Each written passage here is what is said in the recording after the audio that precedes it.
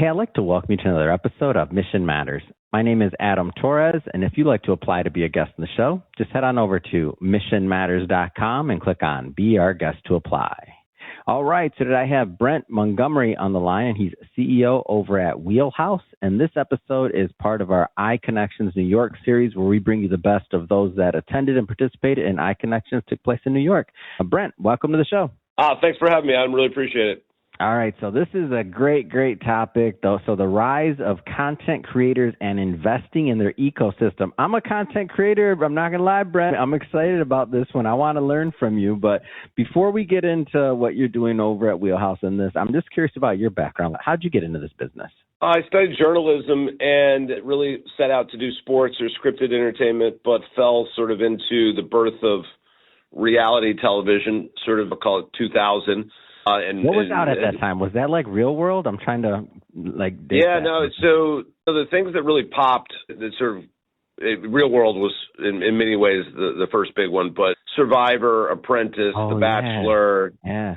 So I worked on shows like The Bachelor and a lot of shows for other people, and then started creating and selling my own shows a few years later. Wow, that's amazing. So take me through. So going through, you're in this part of it. How does this evolve eventually into Wheelhouse? Well, I started, my first company was called Left Field, and I like to joke that it came out of the gate hot. It took me 7-8 years to sell my first show, but when I did, a couple later was Pawn Stars for the History Channel, and I was very fortunate then to ride that show and create a bunch of other shows like Alone, and we had Real Housewives of New Jersey and a bunch of other shows, and then eventually I sold that company, Left Field, to a company called ITV out of the UK. And they asked me to run their American business. So at that point, this was about 2015, we had 100 shows a year. So we were quite busy. That sounds quite busy. So now you're cooking over there. What's next? Yeah, so it was during the sort of heyday at ITV where we had shows like Fixer Upper and Cake Boss and Duck Dynasty and Queer Eye for Netflix that I realized we owned shows. We were doing work for hires, basically. We would create the ideas, but the network would fully fund them and take all of the IP ownership. Yeah. But we had 2 shows that we owned, Hell's Kitchen and Love Island.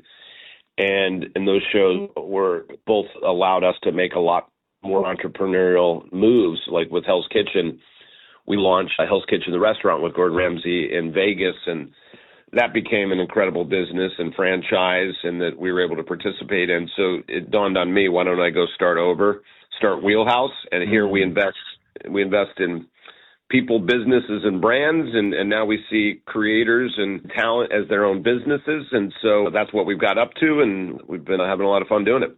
Oh, that's amazing. So when you go to, walk me through this. When you go to iConnections, for example, iConnections in New York, and give me some of the backstory too. Have you been in the past? Is this your first event? Curious about that as well. But when you go there, what are you looking for? The same thing I'm always kind of looking for is just to meet great people, or introduce the great people I know to other great people, and just try to kind of see what falls out. And we have a deep relationship with Ron and Caitlin over at iConnections. We've been sort of involved in each other's businesses and ecosystem. Ron's an investor in our private equity fund that's focused on the intersection of consumer and tech and the creators. And then we host a big event around Milken together in Los Angeles. So we really like what iConnections has built.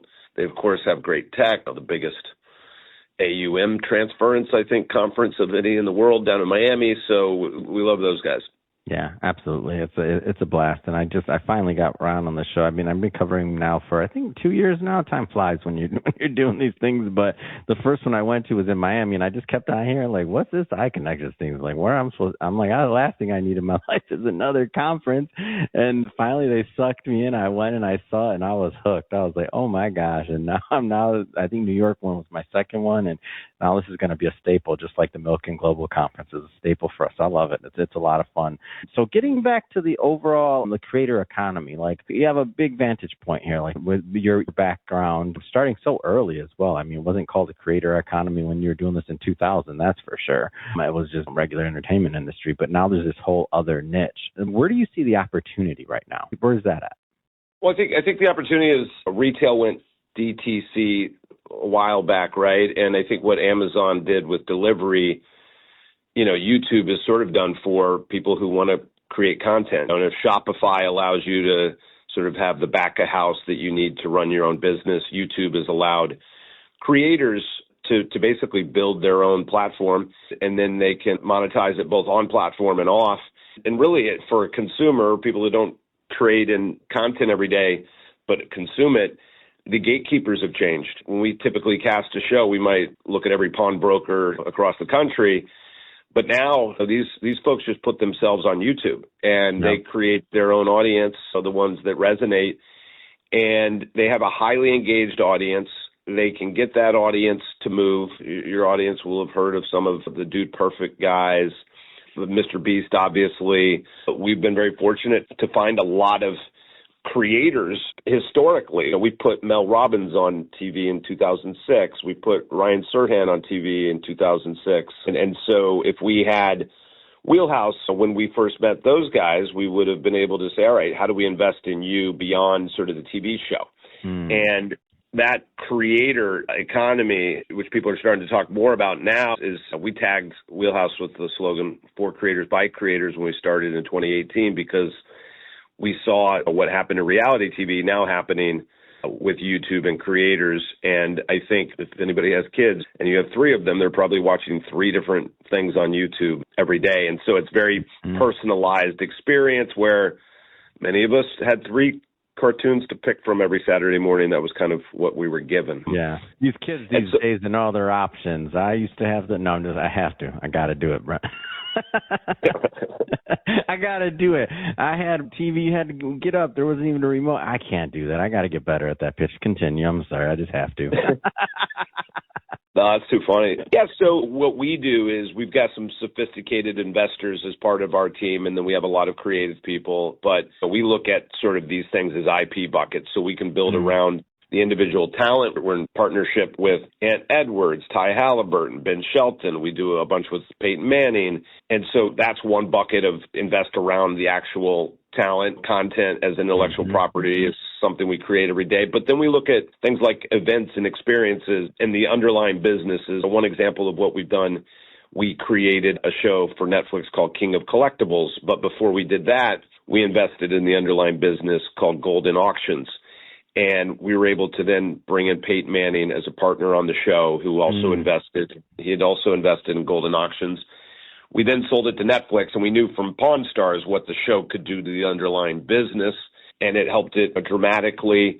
And then through that show, we were very fortunate to meet eBay, who purchased Golden, and now we're in significant business with eBay. And we met Logan Paul, and now we're in business with Jake and Logan Paul through that show. So we have a very broad network and sort of good business. If you're good partners, I think leads to more. So kind of going back to the eye connections piece, we believe that in a world of AI, EQ and personal connections and networks going to matter more than it's ever mattered. Yeah. And people who create will, by definition, be doing something that AI doesn't necessarily. AI can fuel and help, but not necessarily replicate. Yeah, it's great.